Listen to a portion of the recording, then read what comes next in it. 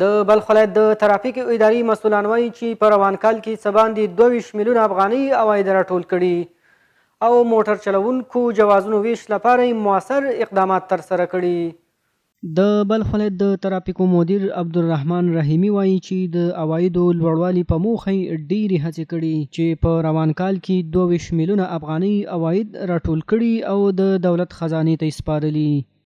مجموعه ټول عواید 22 میلیونه 1,01,388 زموږ د مزار د ولایت عواید کیږي او دغه عواید چې دي په داسې وخت کې موږ د دې خلکو څخه راټول کړي چې هره ورځ د مجاهدین او د ترافیک دوی چکپاین نیسي او بیا دغه عایدات د دوی څخه راټولوي.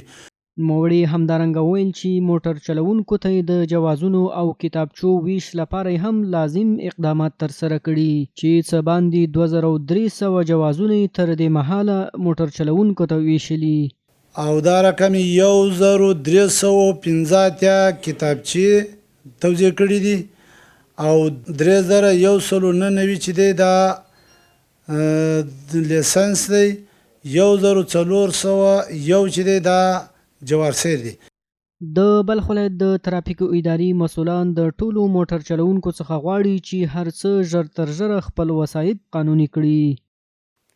تېره ورځ د مزار شبرغان په لویه لاره د ترافیکي پیښې له امله یو ماشوم او ښځې خپل ژوند له لاسه ورکړ او 3 تنه نور ټپیان شول.